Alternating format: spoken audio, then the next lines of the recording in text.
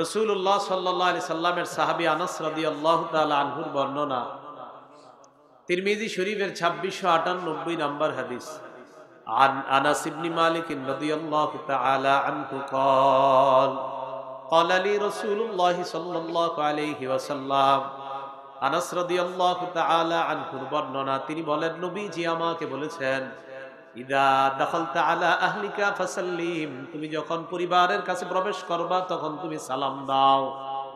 ঘরে যখন ঢুকবেন সালাম দিবেন, পরিবারের কাছে যখন তুমি প্রবেশ করবা তখন তুমি সালাম দাও। নবীজি বলেন, সালাম যখন দিবা কি হবে? ইয়াকুন বারাকাতান আলাইকা ওয়া আলা আহলিকা, এই সালাম তোমার আর তোমার পরিবারের জন্য বরকতের কারণ হয়ে যাবে। তাহলে ঘরে যখন ঢুকবেন তখন সালাম দিবেন, সালাম দিয়ে ঘরে যখন প্রবেশ করবেন এই সালাম আপনার জন্য আপনার পরিবারের জন্য বরকতের কারণ হয়ে যাবে। বর্তমানে মানুষ তার আব্বারে সালাম দিতে লজ্জা পায়, মানুষ তার আম্মাকে সালাম দিতে লজ্জা পায়, মানুষ তার বিবিকে সালাম দিতে লজ্জা পায়। সালাম মানে শান্তি। আপনি আপনার আব্বাকে সালাম দিতে লজ্জা পাওয়ার অর্থ আপনি কি আপনার আব্বার শান্তি চান না? আপনি আপনার আম্মাকে সালাম দিতে লজ্জা পাওয়ার অর্থ হলো আপনি আপনার আম্মার শান্তি হোক এই বিষয়ে আপনি লজ্জা পান। আপনার বিবিকে আপনি সালাম দিতে লজ্জা পাওয়ার অর্থ হলো আপনার বিবির উপর আল্লাহর শান্তি বর্ষণ হোক, এটা আপনি লজ্জা পান। তাহলে আপনার বিবিকে সালাম দেওয়া, মাকে সালাম দেওয়া, বাবাকে সালাম দেওয়া, বাবা মা বিবি তাদেরকে সালাম দেওয়া মানে তাদের জন্য শান্তির দোয়া করা। মানুষ বিবিকে মাকে বাবাকে সালাম দিতে লজ্জা পাও, অপরিচিত কোন নারীকে সালাম দিতে মজা পায়। পুরো আজীব বিষয়। এই জন্য পরিবারকে সালাম দিবেন, আব্বাকে সালাম, আম্মাকে সালাম, বিবিকেও সালাম দিবেন। করবো তো এই আমলটা ইনশাআল্লাহ, আল্লাহ তৌফিক দান করেন। আবু দাউদ শরীফের 5197 নম্বর হাদিসের বর্ণনা, নবীজি সাহাবী আবু উমামা রাদিয়াল্লাহু তাআলা আনহুর বর্ণনা, তিনি বলেন, আন আবি উমামা রাদিয়াল্লাহু তাআলা আনহু قال قال رسول الله صلى الله عليه وسلم। আবু উমামা রাদিয়াল্লাহু তাআলা আনহুর বর্ণনা, আল্লাহর রাসূল বলেন, ইন্না আউলান নাস বিল্লাহ মান বাদাআহুম বিসসালাম, মানুষের মাঝে ওই মানুষটা আল্লাহর সবচেয়ে নিকটবর্তী হয় যে মানুষটা আগে সালাম দেয়। মানুষের মাঝে ওই মানুষটা আল্লাহর সবচেয়ে নিকটবর্তী হয় যে আগে সালাম দেয়। আল্লাহ আমাদের সকলকে আগে আগে সালাম দিয়ে আল্লাহর একদম নিকটবর্তী হওয়ার তৌফিক দান করেন। আবু দাউদ শরীফের 5195 নম্বর হাদিসের বর্ণনা, আন ইমরান ইবনে হুসাইন রাদিয়াল্লাহু তাআলা আনহু قال, ইমরান ইবনে হুসাইন রাদিয়াল্লাহু তাআলা আনহুর বর্ণনা, জাআ রাজুলুন ইলা রাসূলিল্লাহি সাল্লাল্লাহু আলাইহি ওয়াসাল্লাম, এক ব্যক্তি আল্লাহর রাসূলের কাছে আসলেন। আসার পর আল্লাহ রাসূলকে বললেন, আসসালামু আলাইকুম, ফারাদ্দা আলাইহিস সালাম, আল্লাহ নবী তার সালামের জবাব দিলেন। এক ব্যক্তি আসলেন, আসার পর বললেন আসসালামু আলাইকুম, নবীজি তার সালামের জবাব দিলেন। জবাব দেওয়ার পর সুম্মা জালাসা, লোকটা বসে যায়। আল্লাহ নবী বললেন, আসার তার আমল নামায় 10টা নেকি লিপিবদ্ধ হয়ে গেছে। সুম্মা জাআ আখার ফাকালা আসসালামু আলাইকুম ওয়া রাহমাতুল্লাহ, আরেকজন আসছে, আসার পর ওই ব্যক্তি সালাম দেয়, আসসালামু আলাইকুম ওয়া রাহমাতুল্লাহ। কি বাড়াইছে? নবীজি তার সালামের জবাব নিলেন। নেওয়ার পর সুম্মা জালাসা, লোকটা বসে যায়। নবীজি ওই লোকটার সালামের জবাব নিলেন। নেওয়ার পর লোকটা বসে যায়। আল্লাহ নবী বললেন, 20। কত বললেন? 20। তাহলে প্রথম জন বললেন আসসালামু আলাইকুম, নবী বললেন 10। দ্বিতীয় জন বললেন আসসালামু আলাইকুম ওয়া রাহমাতুল্লাহ, নবী বললেন 20। সুম্মা জাআ আখার ফাকালা আসসালামু আলাইকুম ওয়া রাহমাতুল্লাহি ওয়া বারাকাতুহু, আরেকজন আসছে, আসার পর বললেন আসসালামু আলাইকুম ওয়া রাহমাতুল্লাহি ওয়া বারাকাতুহু, ফারাদ্দা আলাইহিস সালাম, নবী সালামের জবাব নিলেন। নেওয়ার পর সুম্মা জালাসা, লোকটা বসে যায়। নবীজি বললেন সালাসুনা, 30।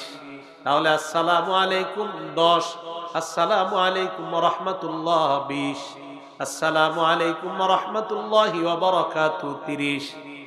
নবীজি আসসালামু আলাইকুমের সওয়াব বললেন 10, আসসালামু আলাইকুম ওয়া রাহমাতুল্লাহর সওয়াব বললেন 20, আসসালামু আলাইকুম ওয়া রাহমাতুল্লাহি ওয়া বারাকাতুহু, এটার সওয়াব বললেন 30। আবু দাউদ শরীফের 5196 নম্বর হাদিসের বর্ণনা, আরেক ব্যক্তি আসছে, আসার পর বললেন আসসালামু আলাইকুম ওয়া রাহমাতুল্লাহি ওয়া বারাকাতুহু ওয়া মাগফিরাতুহু। এই ব্যক্তি আয়েশা আগের 3 ব্যক্তি বলছিলেন আসসালামু আলাইকুম ওয়া রাহমাতুল্লাহি ওয়া বারাকাতুহু পর্যন্ত, তৃতীয় ব্যক্তি বলছে। আরেক ব্যক্তি আয়েশা বলছে আসসালামু আলাইকুম ওয়া রাহমাতুল্লাহ ওয়া বারাকাতুহু ওয়া মাগফিরাতুহু, নি মাগফিরাতু বাড়াইছে। নবীজি বললেন 40। কত বললেন? 40।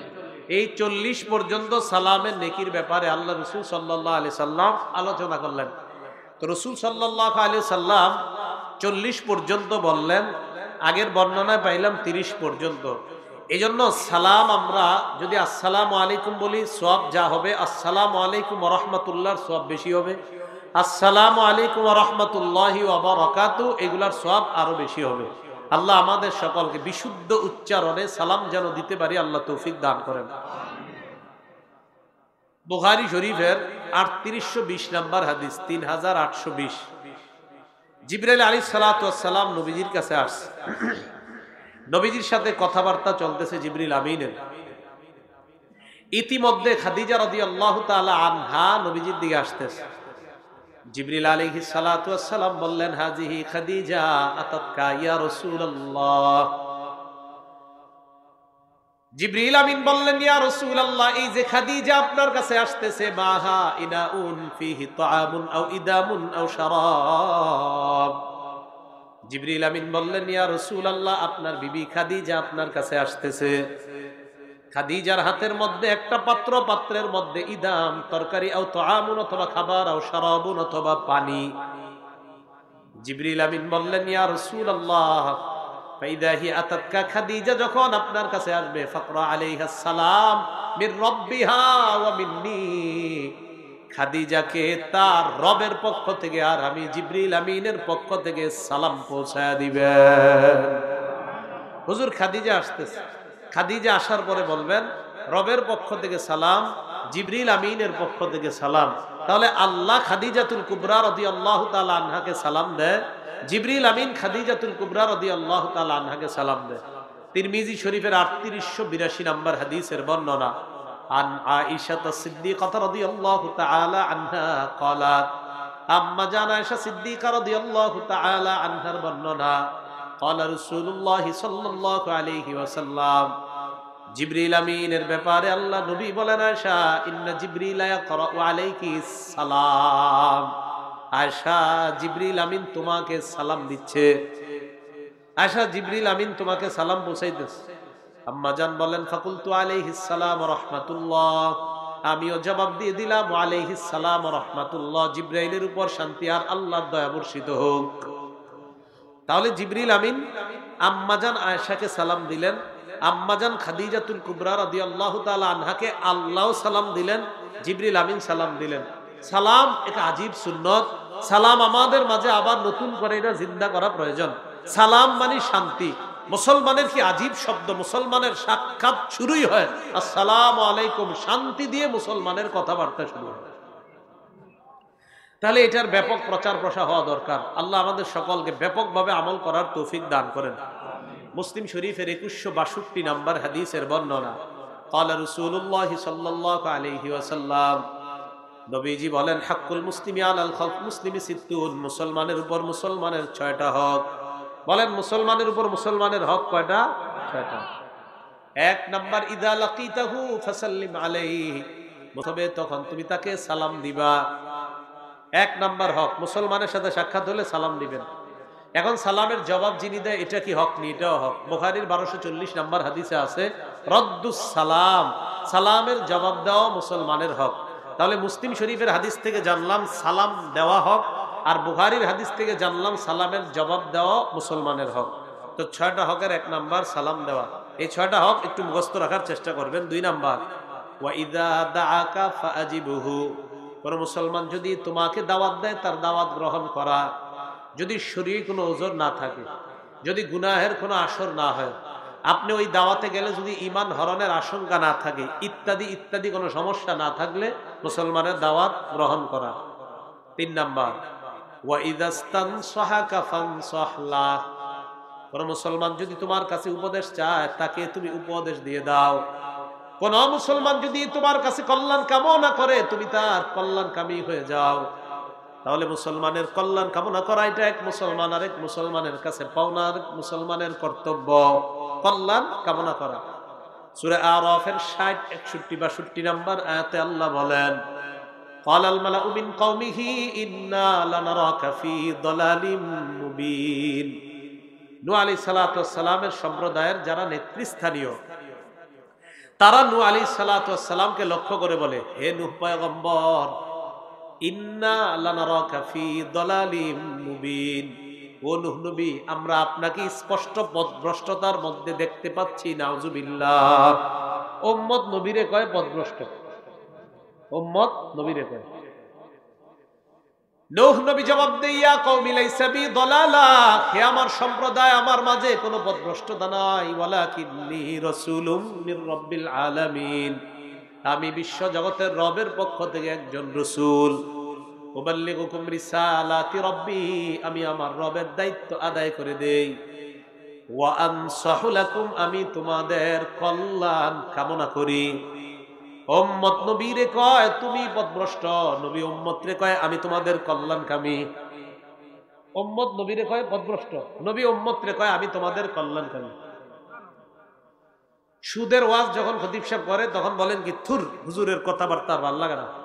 অথচ সুদের ওয়াজ করা মানে হলো আপনারা জান্নাতের রাস্তা দেখানো। তো জান্নাতের রাস্তা এটা কি শত্রুতা না কল্যাণকামিতা? কোনো আলেম যখন সুদের বয়ান করে, কোন আপনাদের মসজিদে মনে করেন হুজুরে বয়ান করলো যে সুদ খাওয়া হারাম, সুদ খাইলে জাহান্নামী হতে হবে, সুদ না খাইলে এই পথে চললে জান্নাতি হবেন, তা আপনারে কোনো আলেম জান্নাতের রাস্তা দেখানো এটা কি শত্রুতা না কল্যাণ কামনা করা আপনার? অথচ আপনি সুদের ওয়াজ করলে বলতেছেন এই হুজুর বাদ দাও আরেকজন রাখো। কোথায় হলো, কোথায়? আপনি তো শত্রুতা মনে করলেন। কি আমাদের সমাজে আছে কিনা এগুলা? তাহলে উলামায়ে কেরাম কি আপনার শত্রু না কল্যাণকামী? সূরা আরাফের 66, 67, 68 নম্বর আয়াতে আল্লাহ বলেন, ক্বালাল মালাউল লাযীনা কাফারু মিন কওমিহি ইন্না লানারাকা ফী সাফাহাতি ওয়া ইন্না লানাযুন্নুকা মিনাল কাযিবিন। হুদ নবীর জাতির মধ্যে একদল কাফের হুদ নবীরে কয়, ও হুদ পয়গম্বর আমরা তোমার মাঝে নির্বুদ্ধিতা দেখতে পাই। উম্মত নবীরে কয় নির্বুদ্ধিতা, উম্মত নবীরে কয় আমরা তোমার মাঝে নির্বুদ্ধিতা দেখতে পাই। ওয়া ইন্না লানাযুন্নুকা মিনাল কাযিবিন, আমরা তোমারে মিথ্যাবাদী মনে করি। উম্মত নবীরে কয় আমরা তোমারে মিথ্যাবাদী মনে করি। উম্মত কইতাছে নবীরে। হুদ আলাইহিস সালাতু ওয়াস সালাম জবাব দেয়, ক্বালা ইয়া কওমি লাইসা বি সাফাহা, ও আমার সম্প্রদায় আমার মাঝে কোনো নির্বুদ্ধিতা নাই। ওয়ালাকিন্নী রাসূলুম মির রাব্বিল আলামিন, আমি বিশ্ব জগতের রবের পক্ষ থেকে একজন প্রেরিত পয়গম্বর। উবাল্লিগুকুম রিসালাতি রাব্বি, আমি আমার রবের দায়িত্ব তোমাদের কাছে পৌঁছে দেই। ওয়া আনা লাকুম নাসিহুন আমিন, আমি তোমাদের জন্য বিশ্বস্ত একজন কল্যাণকামী। নূহ নবীও কয় কল্যাণকামী, হুদ নবীও কয় কল্যাণকামী। এবার সূরা আরাফের ৭৯ নম্বর আয়াতটা শুনেন। সালেহ নবী উম্মতকে কয়, ইয়া কওমি লাকাদ আবলাগতুকুম রিসালাতা রাব্বি ওয়া নাসাহতু লাকুম ওয়ালাকিন লা তুহিব্বুনান নাসিহিন, হে আমার সম্প্রদায় আমি তোমাদের কাছে আমার রবের দায়িত্ব পৌঁছায়া দিলাম। আমি তোমাদের কল্যাণ কামনা করি, কিন্তু তোমরা কল্যাণকামীদেরকে পছন্দ করো না। তোমরা কল্যাণকামীদেরকে, আমি তোমাদের কল্যাণ কামনা করেছি, তোমরা কল্যাণকামীদেরকে পছন্দ করো না। এখন বলেন আপনাদের এই এলাকায় একটা অবৈধ কাজ হতে যাচ্ছে, টাঙ্গাইলের উলামায়ে কেরাম যদি এই অবৈধ কাজটা বাধা দেয় এটা কি ভালো না খারাপ? এখন যদি বলেন হুজুর আর খায়া দেয় কাজ পায় না, বোঝা গেল আপনারা কল্যাণকামী পছন্দ করেন না। কারণ এই তো খারাপ কাজ বাধা দেয় কেন? বাধা দেওয়ার অর্থ হলো আপনারে জাহান্নাম থেকে বাঁচানো। তো জাহান্নাম থেকে বাঁচানো এটা কি শত্রুতা না কল্যাণকামিতা? তো সালেহ নবী কয় ওয়ালাকিন লা তুহিব্বুনান নাসিহিন, কল্যাণকামীদেরকে তোমরা পছন্দ করো না। এই যুগেও আপনি এমন মানুষ পাবেন যারা ভালো কথা যারা বলে তাদেরকে পছন্দ করে না, হাজার মানুষের সংখ্যা আছে। তো এরা বোঝা গেল কল্যাণকামী যারা তাদেরকে পছন্দ করে না। তো কল্যাণকামীদেরকে পছন্দ না করার স্বভাবটা 1000 বছর আগে থেকে দুনিয়াতে চলে আসছে। কথা কি বুঝে আসছে? সহিহ বুখারীর 57 নম্বর হাদিস। আন জারির ইবনে আব্দুল্লাহ রাদিয়াল্লাহু তাআলা আনহু قال জারির ইবনে আব্দুল্লাহ রাদিয়াল্লাহু তাআলা আনহুর বর্ণনা, বায়াতু রাসূলুল্লাহ সাল্লাল্লাহু আলাইহি ওয়াসাল্লাম আলা ইকামিস সালাহ ওয়া ইতাইজ যাকাত ওয়ান নুসহি লিকুল্লি মুসলিম। জারির ইবনে আব্দুল্লাহ বলেন, আমি আল্লাহর রাসূলের হাতে বায়াত হলাম, 1 নাম্বার নামাজ কায়েম করব, 2 নাম্বার যাকাত আদায় করব, 3 নাম্বার আমি সমস্ত মুসলমানের কল্যাণকামী হব, এই মর্মে আমি বায়াত হলাম। বলেন আমরা, বলেন সবাই আমরা সারা পৃথিবীর সমস্ত মুসলমানের কল্যাণ কামনা করি। মনে থাকবে কথাটা? তাহলে সারা পৃথিবীর সব মুসলমানের কল্যাণ কামনা করি আমরা, এটা হক। এক মুসলমান আরেক মুসলমানের কাছে এটা পাও না। এই গেল 3 নাম্বার। তাহলে কোন ব্যক্তি আপনার কাছে উপদেশ চাইলে উপদেশ গ্রহণ করা। যেমন আজকে আপনারা আল্লামা হাসান জামিল সাহেব হুজুর সহ অনেক আলেমদেরকে দাওয়াত দিয়ে এনেছেন। কেন আনছেন? মাশাআল্লাহ, কি শুনতে? উপদেশ। এখন ওনারা যদি উপদেশ আপনাদেরকে দেয়, এটা হবে আপনাদের প্রতি কল্যাণকামিতা, কারণ আপনারা উপদেশ চেয়েছেন তাই ওনারা উপদেশ দিচ্ছে, ঠিক না? এটাই হলো কল্যাণকামী। 4 নাম্বার, ওয়া ইদা আতাসা, কেউ যদি হাঁচি দেয়, হাঁচি দেওয়ার পর ফাহামিদাল্লাহ, আলহামদুলিল্লাহ যদি বলে, ফাশাম্মিতু, তুমি তাকে জবাবে বলো ইয়ারহামুকাল্লাহ। কোন মুসলমান হাসি দিতে পারেননি আপনারা? দেন তো। হাঁচি দেওয়ার পর যদি আলহামদুলিল্লাহ বলে, হাঁচি দিলে অনেক ভালো, হাঁচি মাঝে মাঝে আসা ভালো। হাঁচি দেওয়ার পর কোন মুসলমান যখন বলে আলহামদুলিল্লাহ, আপনি জবাবে বলবেন ইয়ারহামুকাল্লাহ। বাকি হাঁচি যিনি দিবেন তার 3টা কাজ। বলেন কয়টা কাজ? আবু দাউদ শরীফের 5029 নম্বর হাদিস। মনে হয় বাচ্চারা তো পারবে না, বাচ্চাদেরকে আপনারা ছোটবেলাতে শিখাবেন, বাকি আপনি আগে শিখেন। নবীজি সাল্লাল্লাহু আলাইহি সাল্লাম যখন হাঁচি দিতেন, তো আবু হুরায়রা বলেন, কানা রাসূলুল্লাহ ইযা আতাসা, নবী যখন হাঁচি দিতেন, ওয়াদা ইয়াদাহু আও সাওবাহু আলা ফিহি, নবী তার হাত মুবারক অথবা কাপড় মুখের উপর রাখতেন।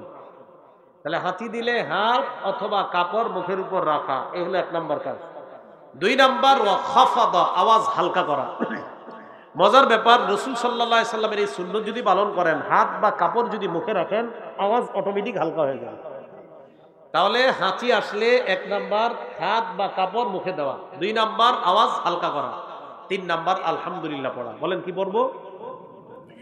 এটা আপনার কাজ। আর আমরা যারা আপনার এটা শুনবো, আমরা বলবো ইয়ারহামুকাল্লাহ। কি বলবো? ইয়ারহামুকাল্লাহ।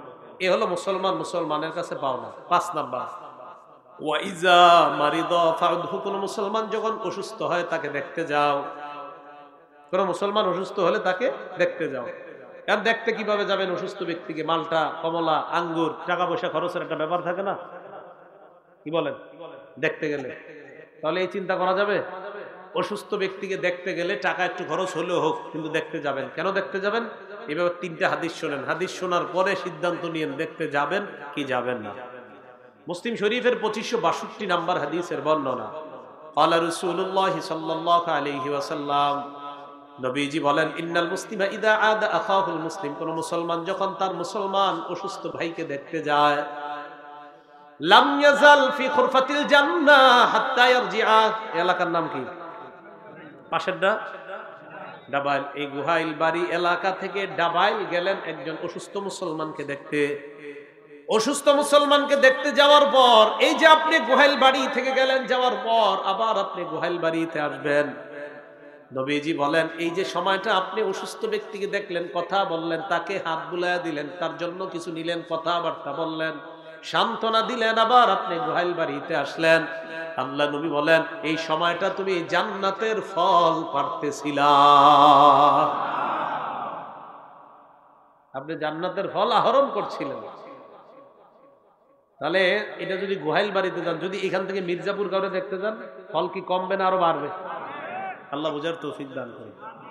তিরমিজি শরীফের 2008 নম্বর হাদিস, ক্বালা রাসূলুল্লাহ সাল্লাল্লাহু আলাইহি ওয়াসাল্লাম, নবীজি বলেন, মান আদা মারিদান আও যারা আখাল্লাহু ফিল্লাহ, কোন মুসলমান যদি অন্য কোন অসুস্থ মুসলমানকে দেখতে যায় অথবা তার কোন ভাইয়ের সাক্ষাতে যায় আল্লাহরে খুশি করার জন্য, অসুস্থ ব্যক্তিকে দেখতে গেলেন আল্লাহকে খুশি করার জন্য, আপনি যখন তাকে দেখতে গেলেন আল্লাহকে খুশি করার জন্য, না দাহুমুনাদ, একজন ফেরেশতা আপনাকে ডাক দিয়ে কয়, এক ফেরেশতা আপনাকে ডাক দিয়ে বলে, তিবেতা, তুমি কল্যাণময়, তুমি পবিত্র। কি বলে? তুমি কল্যাণময়, তুমি পবিত্র। ২ নাম্বার, অতবা মামসাক, তুমি যে এই যে আসলা, তোমার এই আশাটাও পবিত্র, কল্যাণময়। ৩ নাম্বার, ওয়াতাবাওয়াতা মিনাল জান্নাতি নুজুলা, তুমি জান্নাতে একটা ঘর বানিয়ে নিছো, জান্নাতে একটা ঘর বানিয়ে নিছো। তাহলে আপনি অসুস্থ ব্যক্তিকে দেখতে গেলেন, দেখতে যাওয়ার পর ফেরেশতা আপনাকে ডাক দিয়ে ১ নাম্বার বলে তুমি কল্যাণময়, তুমি পবিত্র।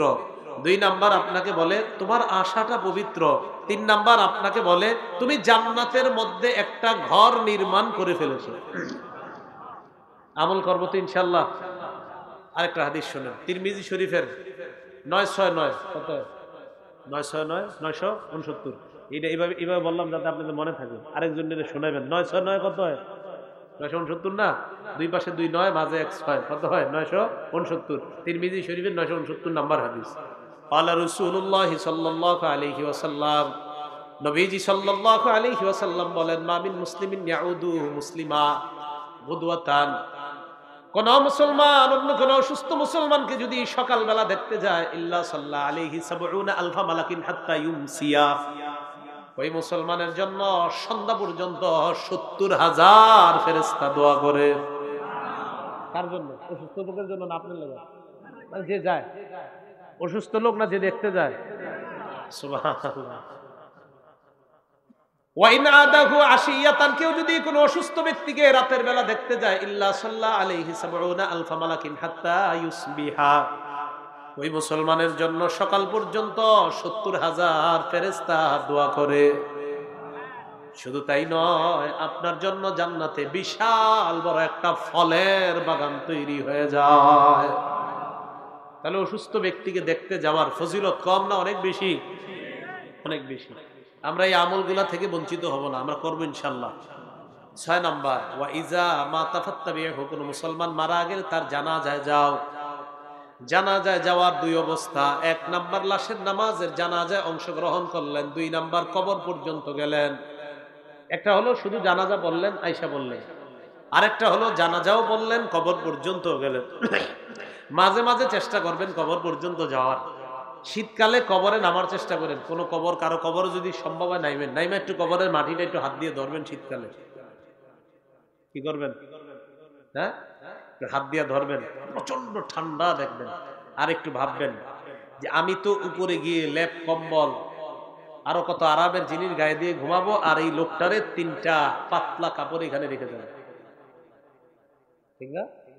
হ্যাঁ হ্যাঁ, একটু অনুভূতি দেয় না, উপলব্ধি দেয় না। কেন বললাম? আমার আব্বার কবরে আমি জীবনে একটা কবরেই নামছি, আব্বার কবরে। আর আগে পরে কখনো নামি নেই, ৪ বছর আগে। তো আমিও আব্বার কবরের মাটিটা হাত দিয়ে দেখছি। ডিসেম্বরের ৪ তারিখে মারা গেছিলেন, তো হাত দিয়ে দেখছি প্রচন্ড ঠান্ডা কবরের মাটি। হ্যাঁ, প্রচন্ড। আমার সাথে সাথে মনে পড়েছিল, মানে এই কথাগুলো আসছে মাথায়, যে সন্তানের জন্য কত কিছু বাবা করে যায়, এটা গার্জিয়ান কত কিছু করে যায়, ঠিক না? মানুষ প্রত্যেকের ভাবা উচিত, মানে আমার বাবা, উনি দুনিয়াতে থাকতে ওনারও ভাবা উচিত ছিল, ওনারও ভাবা উচিত এটাই। উনি দুনিয়াতে থাকতে হয়তো এগুলাই ভাবছে। আমার আপনার প্রত্যেকের এটাই ভাবনা করা উচিত যে আমাকে আপনাকে মাটির নিচে রেখে আসা হবে, যদি জান্নাতি হইতো সেখানে আরাম আরাম। তো চিন্তা করলাম যে প্রচন্ড ঠান্ডা মাটির মধ্যে আমরা লাশগুলাকে রেখে আসি। তা আল্লাহ পাক রব্বুল আলামিন যদি চায়, তোর তো কবর হবে জান্নাতের বাগান, আবার কারো জন্য হয়ে যায় জাহান্নামের অংশ। তো যাই হোক, বুঝাইতে চাইলাম যে কারো জানাজায় যখন যান, ১ তো জানাজা বললেন, ২ কবর পর্যন্ত গেলেন।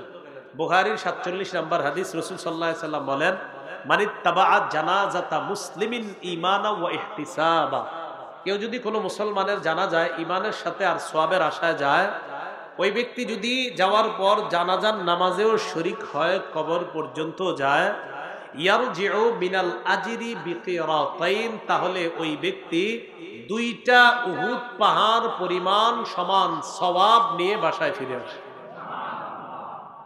নবীজি বলেন, কেউ যদি শুধু জানাজা পড়ে চলে আসে, কবর পর্যন্ত না যায়, তাহলে 1টা উহুদ পাহাড় সমপরিমাণ সওয়াব নিয়ে সে বাসায় আসবে। এই হলো মুসলমানের 6টা হক। 1 নাম্বার সালাম দেওয়া, 2 নাম্বার দাওয়াত দিলে দাওয়াত গ্রহণ করা, 3 নাম্বার মুসলমান উপদেশ চাইলে উপদেশ দেওয়া, 4 নাম্বার মুসলমান হাঁচি দিয়ে আলহামদুলিল্লাহ বললে আপনি জবাবে ইয়ারহামুকাল্লাহ বলা, 5 নাম্বার মুসলমান অসুস্থ হলে তাকে দেখতে যাওয়া, 6 নাম্বার কোন মুসলমান মারা গেলে তার জানাজায় উপস্থিত হওয়া। এর মধ্যে প্রথমটা হলো সালাম। সালামের ব্যাপক প্রচার প্রসার যেন আমরা ঘটাতে পারি, আর মুসলমানের এই 6টা হক যেন আমরা আদায় করতে পারি, আল্লাহ তৌফিক দান করেন। আমিন। ওয়া আখিরু দাওয়ানা আনিল হামদুলিল্লাহি রাব্বিল আলামিন।